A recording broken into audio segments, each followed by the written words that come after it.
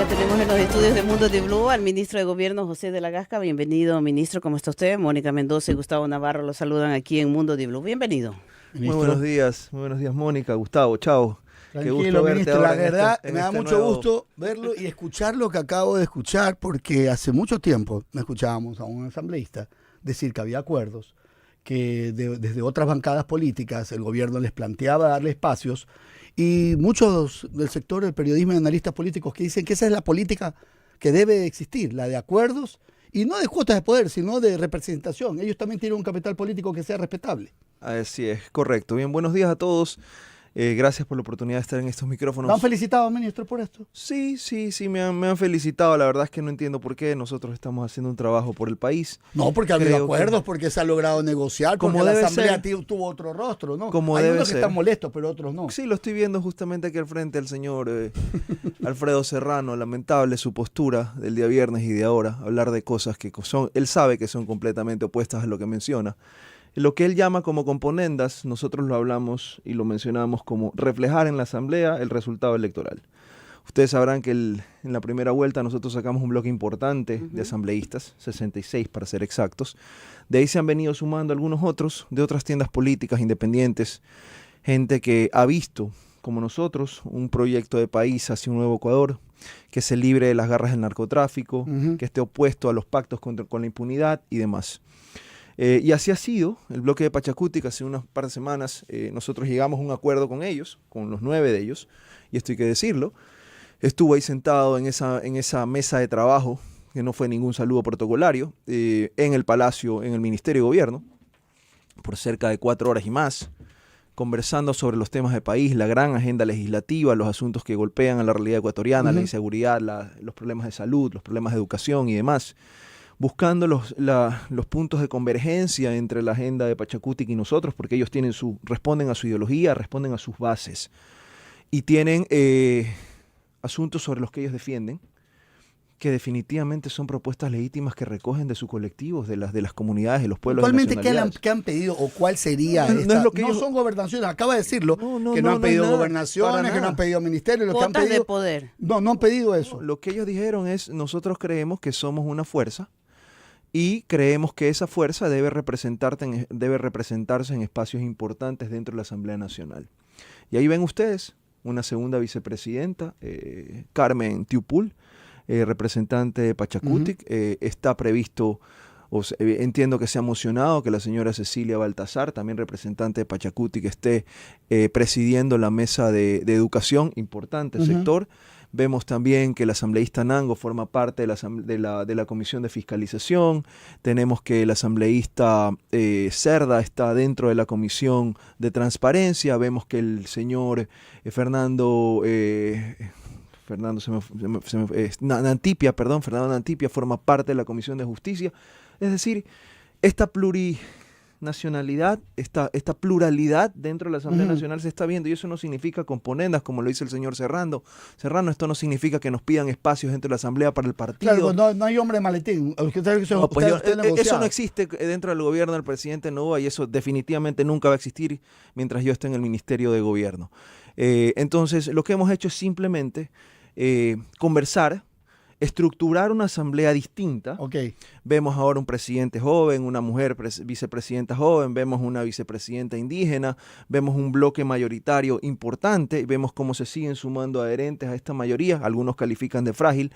Para mí es una mayoría. Se han logrado resultados importantes y ahora tenemos ya la primera prueba para la asamblea, que es precisamente la ley con la que vamos a luchar contra las economías criminales para asfixiar este flagelo, y definitivamente naturalizando o poniendo en el derecho ordinario todo lo que hemos venido haciendo durante un año con el conflicto armado interno. Ministro, pero ¿sobre qué se sostiene este acuerdo o esta nueva mayoría en la Asamblea Nacional? ¿Sobre qué agenda?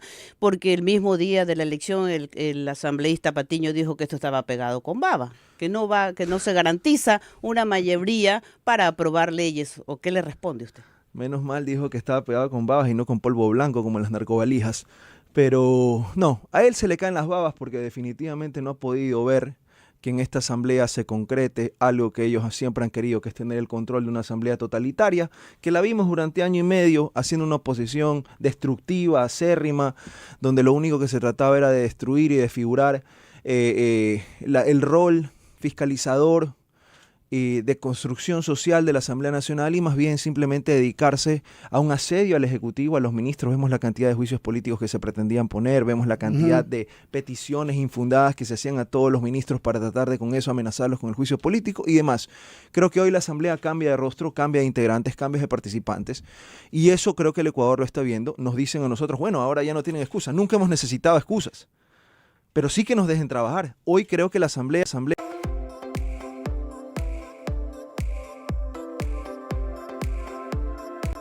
yo decía el día mismo de que se estructuraron las comisiones, el día que hubo la designación de las máximas autoridades de la presidencia, de la Asamblea Nacional, del Poder Legislativo, nosotros hablamos que en las próximas horas estábamos por ingresar ya un proyecto de ley y quizás se vengan otros más. Y ahí está. Ahora el Ecuador tiene que discutir sobre esto y esto es importante. Tenemos que asfixiar las estructuras criminales. Nos acaban de matar 11 militares. Siguen hiriendo y lastimando a nuestros policías en las calles. Y aquí las personas creen que esto se trata de una repartición del poder. De lo que se trata es que podamos trabajar para solucionar estos problemas.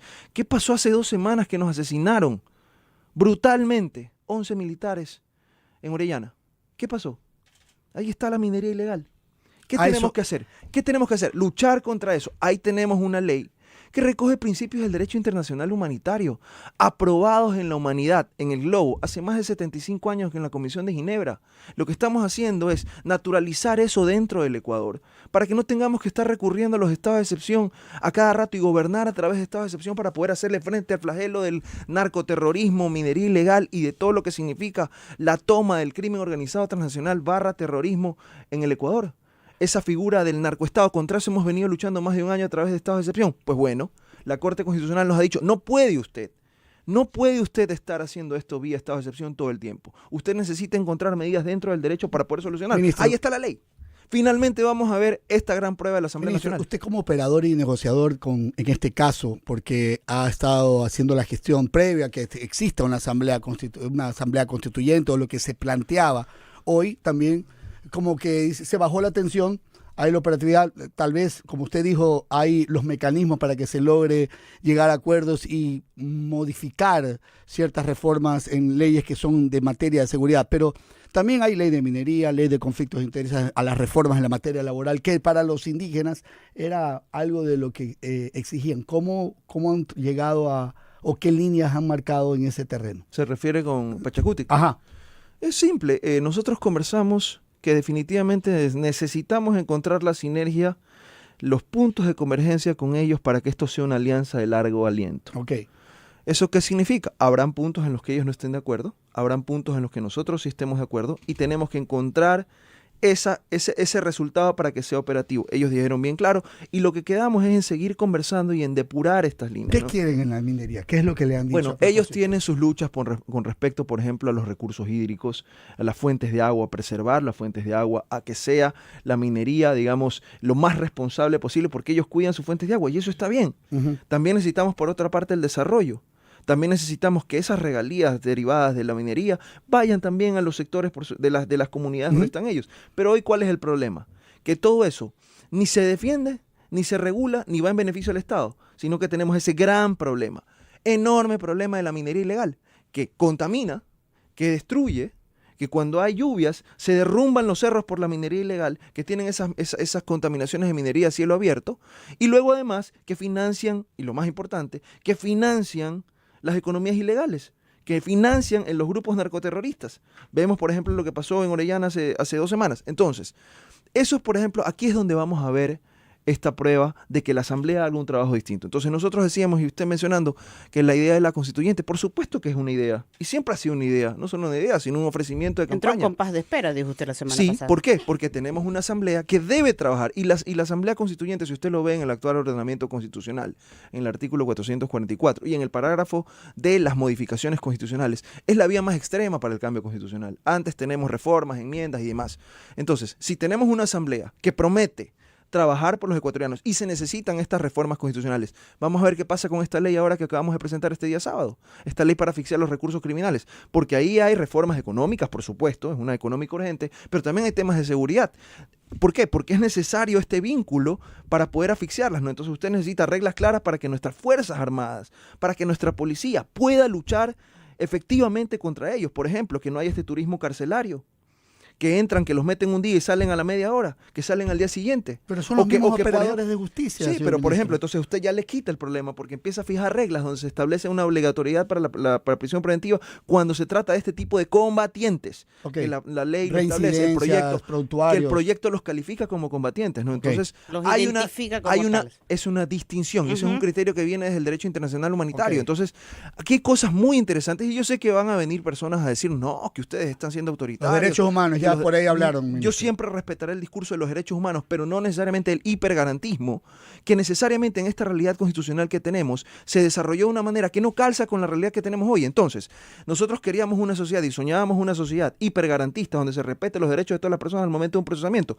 Correcto, pero cuando tienes una sociedad que al mismo momento permite ingresar a los grupos narcoterroristas, permite tener estas economías narcocriminales, no tienes ayuda de cooperación internacional, sacas las bases militares y el apoyo de la cooperación internacional y creas el clima necesario para que el Ecuador se convierta o exista el peligro de convertirse en un narcoestado donde las economías narcocriminales se tomen la estructura del Estado, permeen en la justicia, permeen en todas las instituciones, en las fuerzas policiales y demás. Cuando tienes todo ese riesgo, ¿qué tienes que hacer? Hacerle frente. Y eso es lo que estamos tratando nosotros a través de este proyecto de ley. Vamos a ver si la Constitución lo permite y si no tendremos que hacer los cambios. ¿En qué consiste este régimen jurídico especial que contempla este proyecto de ley? Varias cosas. Por ejemplo, usted necesita saber que cuando existe un conflicto armado interno es que existe la violencia. No porque el presidente lo dicte y porque lo califique, no. Se reconoce y hay las reglas para reconocerlo. Entonces, una vez que estamos dentro del conflicto reconocido, el conflicto armado interno, usted tiene que cambiar las reglas de enfrentamiento, cambian las reglas de procesamiento, cambian las reglas hasta de cómo afrontarlo económicamente. Es decir, todo el Estado se prepara en lo jurídico, en lo económico, en la fuerza pública. Todo se hace un sistema que se arma para luchar contra este flagelo. Obviamente esto no debe durar todo el tiempo, sino que hay estados de paz y demás. Pero cuando entramos en ese conflicto armado interno, el Estado tiene que sacar todos los juguetes. Y sacar todos los juguetes significa atacar en la parte económica para asfixiar. Esto no significa crear más tributos, sino tener más control, más regulación en cuanto a cómo se va a distribuir el flujo económico. No nos olvidemos que estamos en una economía dolarizada. Después, vamos a la justicia. Perfecto. Vamos a que los jueces penales dicten las medidas sustitutivas. No, señor, en estos casos no vas a poder dictar medidas sustitutivas. Aquí es obligatoria la prisión preventiva. De repente, hay uso legítimo de la fuerza. Van y procesan al militar, van y procesan al policía. No, señor, usted ya tiene garantizado un indulto según las circunstancias y usted no le puede dictar prisión preventiva, sino que tiene que darles medidas sustitutivas. ¿Por qué? Porque así estamos reforzando en la práctica, en la realidad, desde lo jurídico, que nuestras Fuerzas Armadas se sientan seguras.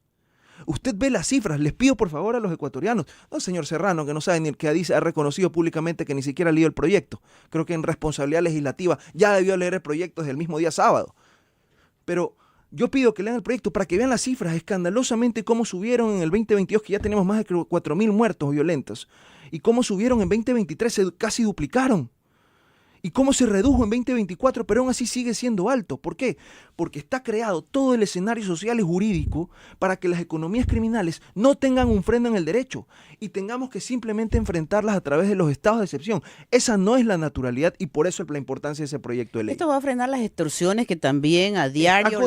Está contemplado también. Las incorporaron. ¿Por qué? ¿Por qué? Porque los vacunadores, las extorsiones, forman parte de esas economías ilegales, como la minería ilegal, como el narcoterrorismo, que diversifican, vamos a decirlo así, perdóname que lo diga así, el portafolio de actividades criminales que tienen estos grupos narcoterroristas, para que cuando les está yendo mal, porque estamos muy, recios en la lucha contra el narcotráfico, necesitan alimentar ese monstruo obeso de narcocriminales que tienen allá adentro, van a las economías criminales y a las vacunas. Entonces, tenemos que operar a doble banda, triple banda. Y eso es lo que se trata ese proyecto de ley. Vamos a ver qué pasa en la Asamblea. Necesitamos apoyo internacional, señor ministro. Siempre. Y esa es otra de las cosas por las cuales es importante una reforma a la Constitución, para que permita una cooperación internacional efectiva. ¿Quiénes serían nuestros primeros aliados? ¿Sería Israel? ¿Sería Estados Unidos? Desde luego las conversaciones siempre van a ir con los países que tienen experiencia, que tienen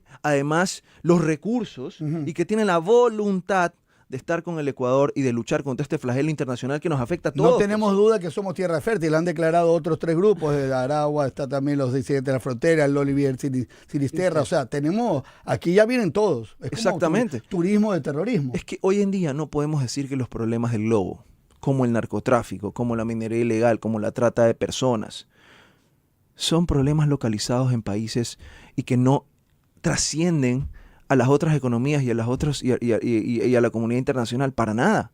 Si estamos viendo que Estados Unidos cruza sus fronteras y dice, tanto me importa a mí lo que pasa en otros países, que voy, una de las primeras decisiones del presidente Trump, a declarar como terroristas internacionales al Tren de Aragua, a los carteles de México y demás, nosotros estamos viendo exactamente lo mismo. Tenemos aquí los carteles en Colombia, vienen los carteles de México, tenemos implantadas aquí células de la mafia albanesa.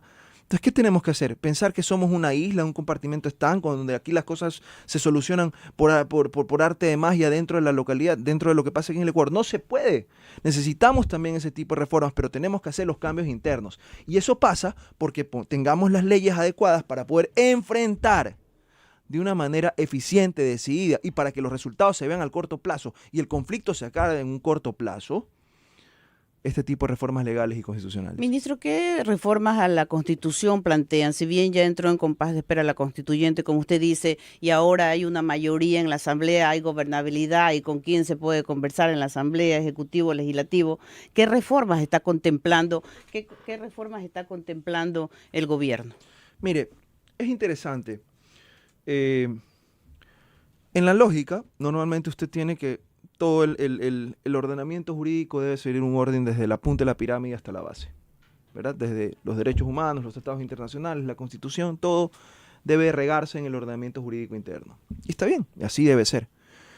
Esa es parte de la jerarquía de las normas. Pero también es importante ver cómo lo de abajo empuja a lo de arriba. Vemos estos cambios legales.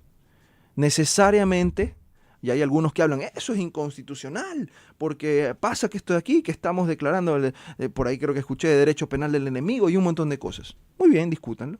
A ver qué cambios constitucionales tienen que forzarse, ya, en la parte dogmática, en la parte de derechos, para poder estar a tiempo, para que el ordenamiento jurídico interno desde la Constitución permita al ecuatoriano, permita a las fuerzas públicas, permita al bloque de seguridad, permita al presidente de la República luchar efectivamente contra las economías narcocriminales, contra los grupos narcoterroristas, contra la minería ilegal, ¿verdad? Para poder tener soluciones efectivas en el Ecuador. No puede ser que la Constitución sea una cortapisa para esta lucha.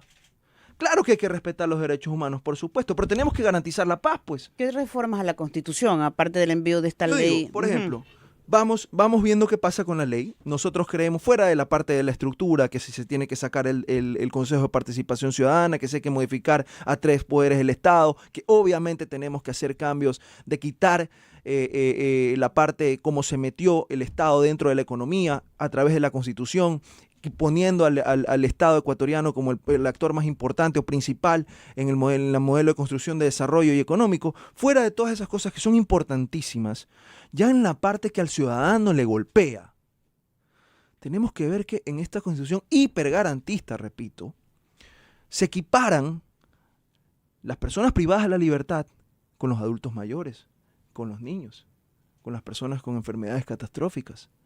Y esa equiparación, que no la entiende el ecuatoriano común, al final del día lo que termina desarrollándose es que usted tenga que destinar recursos, que destinar fuerzas y que tenga que limitarse en la lucha contra el narcoterrorismo y con las personas que están dentro de las cárceles privadas de su libertad, organizando estos cuarteles criminales. Para sacarlo de los grupos prioritarios, que ya la Corte se pronunció. Por ejemplo, entonces, ahí es donde yo digo, sí, tenemos un Estado constitucional de derechos, pero ¿eso acaso significa que el Estado tiene que ser un ente inoperante frente a esta lucha y dejar que sigan contaminando nuestra niñez con drogas, que siga el reclutamiento de nuestros niños y tener que quedarnos impávidos porque la Constitución nos lo prohíbe? No puede ser. Entendemos que hay que hacer una contención en este momento, y una de las partes importantes también en este ofrecimiento estaban las cárceles, señor ministro. Me gusta la contención, me gusta la palabra contención, pero yo aquí creo que tiene que ser aún más. Sí, después dependerá la reparación. Nosotros tenemos que tener un marco jurídico ecuatoriano, desde la Constitución, que nos permita hacer frente a las realidades nacionales. En el 2008 no teníamos el flagelo del narcoterrorismo instaurado en el Ecuador como lo tenemos hoy. Sin embargo, ese ordenamiento constitucional permitió que se metiera ese narcoterrorismo al Ecuador. Hoy tenemos que expulsarlo, y expulsarlo a través no solamente de la fuerza pública, de la acción decidida, y una vez más quiero felicitar a nuestras fuerzas públicas y mostrarle todo el apoyo del gobierno nacional, a la Policía Nacional, a las Fuerzas Armadas, sino que no solamente tenemos que hacerlo desde ahí, con sangre de nuestros soldados, con sangre de nuestros policías, con sus vidas, sino también desde el marco jurídico. Y ahí tienen que cambiar. La Constitución tiene que adaptarse las leyes. Y si no puede, pues bueno, tendremos que hacer las reformas que tenemos que hacer. ¿Eso es vía constituyente entonces? Vamos a ver cómo van saliendo las cosas. Nosotros hemos sido claros en que aquí los cambios constitucionales deben de ser. Y si tienen que ser con una constitución, como lo hemos venido diciendo, tienen que ser. Pero hay vías. Que la propia Corte Constitucional lo ha dicho. Usted necesita demostrar que todas las otras vías de reforma no han sido suficientes. Entonces la gente viene y dice, no, es que la Constitución, es que la constituyente ya no saben qué hacer, es que cambiaron de ruta, es que ya están improvisando. No, señores, somos responsables. A todos esos opinadores les digo, somos responsables. ¿Y qué significa ser responsables? Ver lo que dice la Constitución, ver lo que está pasando en la realidad. Yo no puedo simplemente andar leyendo un libro y no ver qué pasa en mi entorno. Escuchar las voces. Escuchar lo que sucede, medir los tiempos políticos, medir los tiempos sociales, medir los tiempos económicos y entender. Para eso el pueblo nos escogió, para eso tuvimos una votación arrolladora y contundente el día 13 de abril, aunque hay algunas personas que yo creo que están ya perdiendo la cordura, que están diciendo otras cosas. No, señor, aquí estamos claros y eso es lo que se está reflejando. Entonces, como eso es importante, tenemos que nosotros ver, vamos con este proyecto de ley, dándole duro a las economías criminales. Perfecto. ¿Se necesitan hacer cambios constitucionales para que esto pase? Yo no lo creo. Pero habrán quienes dicen, entonces entraremos con las reformas, entraremos con las enmiendas. Y si definitivamente vemos que la cosa no quiere caminar porque hay las personas que se oponen a esto y empiezan a legislar o a activarse a favor de los grupos narcocriminales, tomaremos las medidas suficientes. Ministro, esta semana asume el nuevo mandato del presidente Daniel Noboa, el 24 de mayo. Cambios, gabinetes, refrescamiento. ¿Usted va a seguir siendo el ministro de Gobierno, liderando esas negociaciones con la Asamblea? Yo lo que sé es que todos los que estamos en el ministerio, si es la decisión y la voluntad del presidente, vamos a seguir firmes en nuestro compromiso con el país, sirviendo con pasión, sirviendo con total y absoluta entrega, sirviendo con sentido de responsabilidad nacional. Si el presidente así decide que continuemos, pues estaremos. Si el presidente considera que tiene que movernos o que tenemos que dar un paso al costado, enhorabuena, habremos cumplido con el deber, pero eso es una decisión exclusiva del presidente y yo en eso sí soy absolutamente respetuoso de sus decisiones. ¿Cuál es su objetivo hasta este momento entonces, señor ministro? Mi objetivo ha sido servir al país. Mi objetivo es que podamos sacar y expulsar este tipo de problemas como los grupos narcoterroristas, como las economías ilegales, como la minería ilegal, para poder tener una sociedad de paz, con una cultura de paz. Y hacia eso estamos trabajando y ese es el esfuerzo que tenemos todos los días quienes formamos parte del gobierno del presidente Noboa y principalmente el presidente Daniel Noboa. ¿La terna para el Consejo de la Judicatura cuándo la envían? Bueno, está pendiente. Está pendiente. Yo creo que estamos próximos a eso. Voy a decirlo con absoluta sinceridad. Estamos escogiendo los mejores hombres. Creo yo que el clima político y creo yo también... es muy fácil hablar desde afuera, Mónica. Chao. Es muy fácil hablar desde afuera y a veces es muy difícil que la gente se moje el poncho, que la gente se involucre en la cosa pública. No es sencillo perder tu privacidad, no es sencillo exponerte a las críticas, al odio, a la violencia.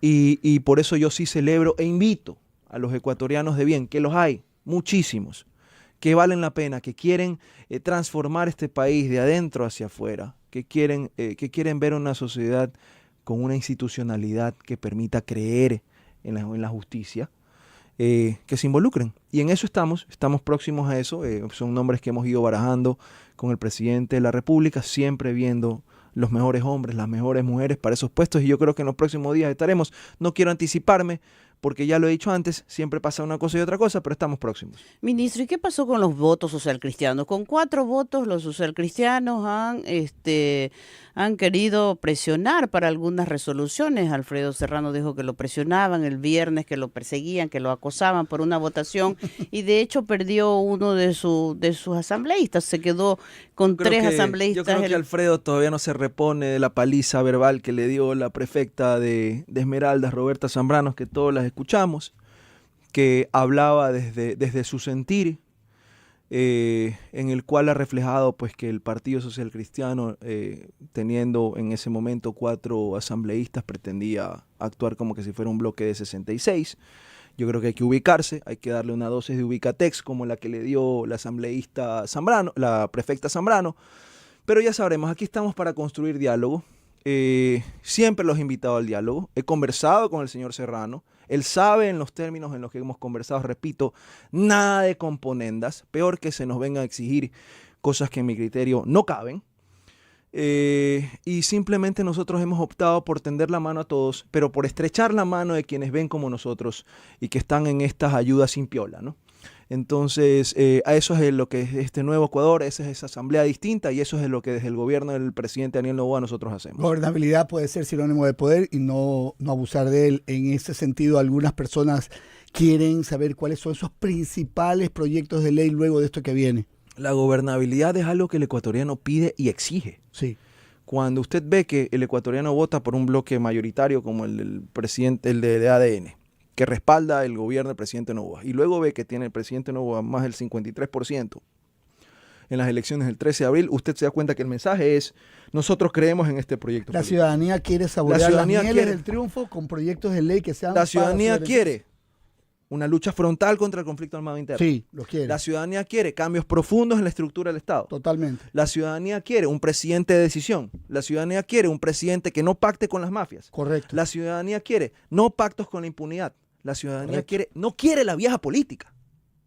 Eso es lo que no quiere la ciudadanía. Entonces, déjennos trabajar. Acabamos de presentar este proyecto, vamos a discutir sobre este proyecto. Ya vendrán otros proyectos, pero hoy la ciudadanía tiene que saber que el presidente Noboa responde a ese llamado ciudadano, a ese clamor ciudadano, y estamos poniendo ahí, en la mesa del debate, en la casa del pueblo, en la asamblea, esta ley. ¿Para qué? Para que se discuta, a ver, ¿quiénes están a favor de proteger a nuestras Fuerzas Armadas y de cambiar radicalmente la lucha contra el crimen organizado transnacional, o quienes quieren que nos sigan matando gente en las calles? ¿Con la Revolución Ciudadana? Usted que es el que negocia, que ha logrado todo esto, y de repente dice... Pero si acabamos de tener una asambleísta, Mónica Salazar, en nuestras filas, ¿cómo no vamos a estar de lo listo? Pero ella ya dejó la Revolución Ciudadana. Bueno, pero tienen que dar un pasito.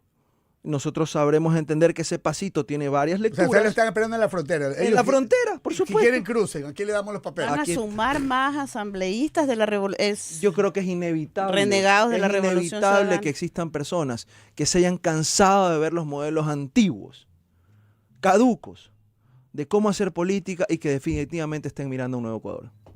Gracias. Hemos conversado con el ministro de Gobierno, José de la Gasca, aquí en Mundo Divulg. Gracias, ministro. Gracias, Chao. Gracias, Mónica. Gracias, ministro. Gracias.